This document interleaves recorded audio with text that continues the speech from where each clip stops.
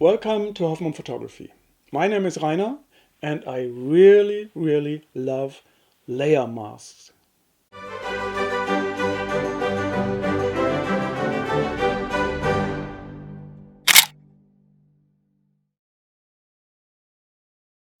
Layer masks were introduced back in 1994 with Photoshop 3 or so, I believe. But even after all these years, many people are still using conventional selections for their composite images. If you are among those guys, maybe I can convince you to become comfortable with layer masks. Here is a short and by no means complete introduction. Suppose we want to transfer this beautiful old truck into this photo. Then one possibility is to select the truck, for example, with the quick selection tool. I'll do it really quick and dirty, like this.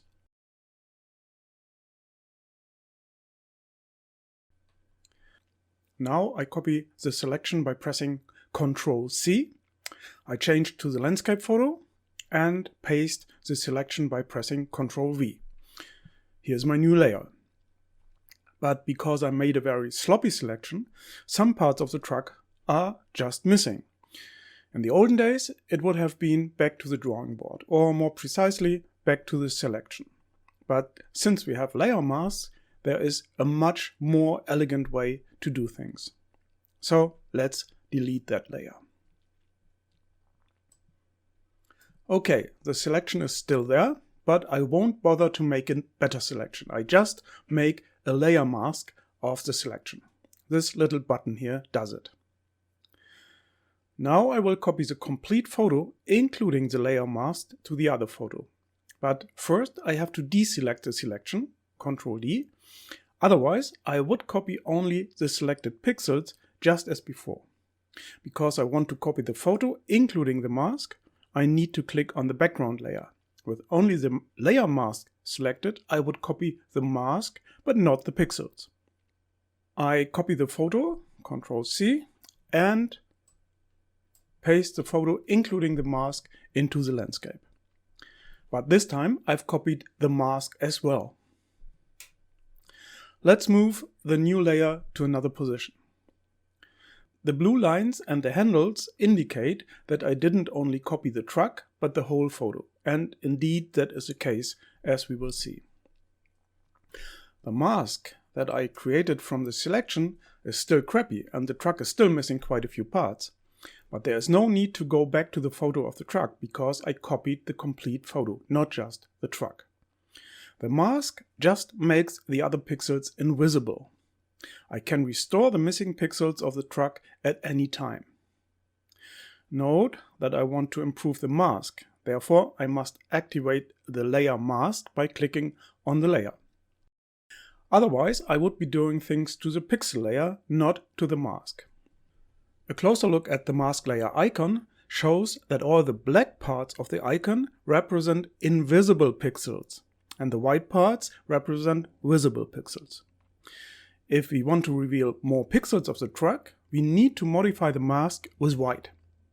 With the mask layer activated, I can, for example, use the paintbrush. Let's zoom in a bit. And now I can paint in the mask layer, like so. And here are the hidden pixels of the truck.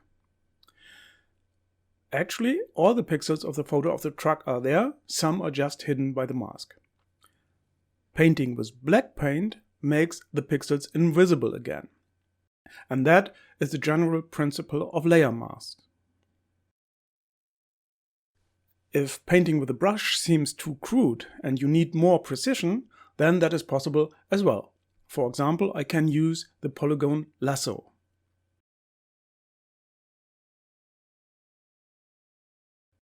Quick and dirty again, but I could make it as precise as needed.